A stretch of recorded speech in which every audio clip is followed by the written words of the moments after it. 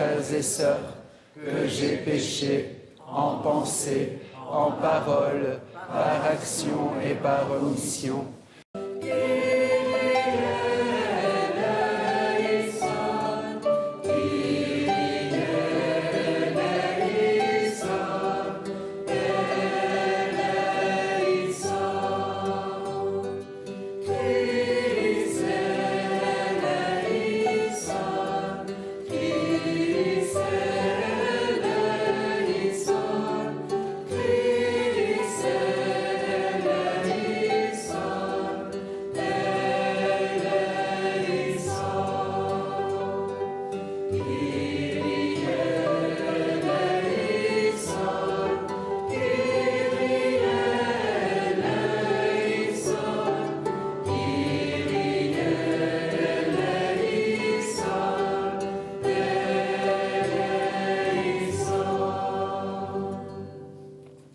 Prions le Seigneur.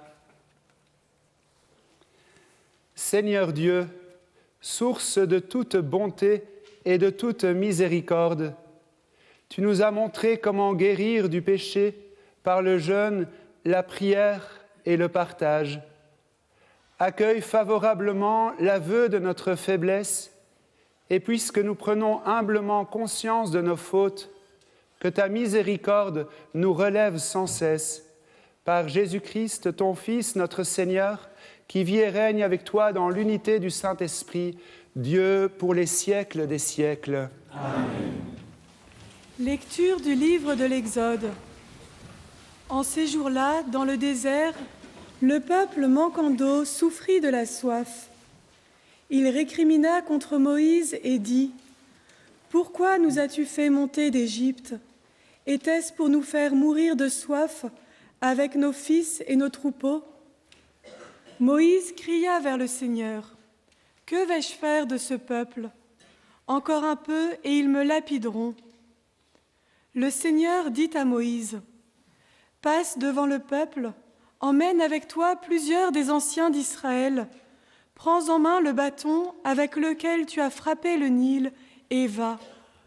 Moi, je serai là, devant toi, sur le rocher du mont Horeb.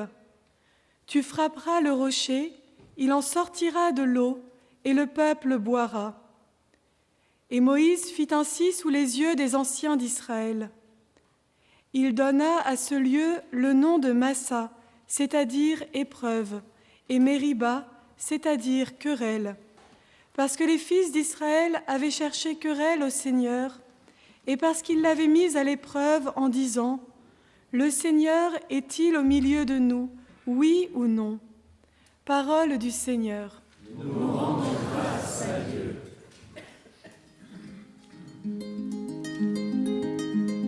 Aujourd'hui, ne fermons pas notre cœur, mais écoutons la voix du Seigneur. Aujourd'hui, ne fermons pas notre cœur, mais écoutons la voix du Seigneur. Venez, crions de joie pour le Seigneur, acclamons notre rocher, notre salut. Allons jusqu'à lui en rendant grâce, par nos hymnes de fête acclamons-le. Aujourd'hui, ne fermons pas notre cœur, mais écoutons la voix du Seigneur. Aujourd'hui, ne fermons pas notre cœur, mais écoutons la voix du Seigneur. Entrez, inclinez-vous, prosternez-vous, adorons le Seigneur qui nous a fait.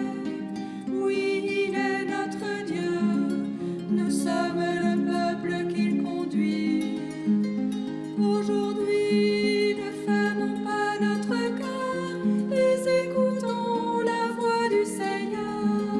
Aujourd'hui, ne fermons pas notre cœur, mais écoutons la voix du Seigneur.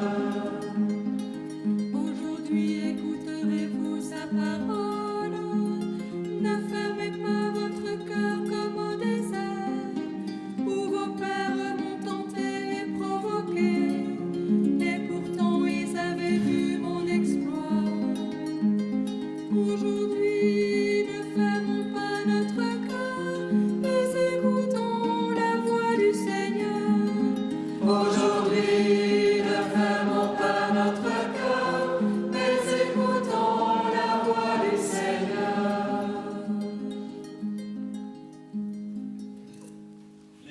de la lettre de saint Paul apôtre aux Romains. Frères, nous qui sommes devenus justes par la foi, nous voici en paix avec Dieu par notre Seigneur Jésus-Christ, lui qui nous a donné par la foi l'accès à cette grâce dans laquelle nous sommes établis. Et nous mettons notre fierté dans l'espérance d'avoir part à la gloire de Dieu. Et l'espérance ne déçoit pas, puisque l'amour de Dieu a été répandu dans nos cœurs par l'Esprit Saint qui nous a été donné. Alors que nous n'étions encore capables de rien, le Christ, au temps fixé par Dieu, est mort pour les impies que nous étions. Accepter de mourir pour un homme juste, c'est déjà difficile. Peut-être quelqu'un s'exposerait-il à mourir pour un homme de bien. Or, la preuve que Dieu nous aime, c'est que le Christ est mort pour nous alors que nous étions encore pécheurs. Parole du Seigneur. Nous rendons grâce à Dieu. Gloire à toi, ô Christ, notre espérance. Gloire à toi, Christ, notre salut. Gloire à toi, ô Christ, notre espérance. Gloire à toi, Christ, notre salut. Tu es vraiment le sauveur du monde, Seigneur. Donne-moi de l'eau vive, que je n'ai plus soif. Gloire à toi, ô Christ, notre espérance. Gloire à toi, Christ, notre salut. Le Seigneur soit avec vous. Et avec votre esprit. Évangile de Jésus-Christ selon saint Jean. Gloire à toi, Seigneur.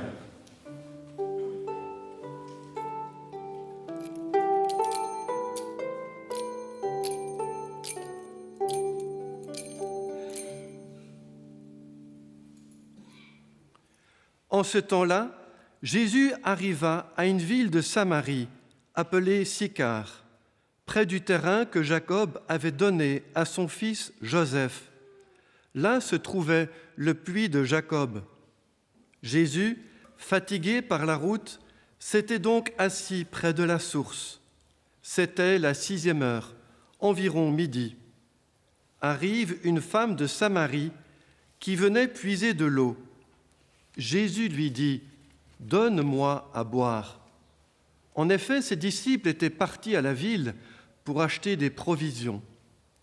La Samaritaine lui dit « Comment, toi, un Juif, tu me demandes à boire, à moi, une Samaritaine ?»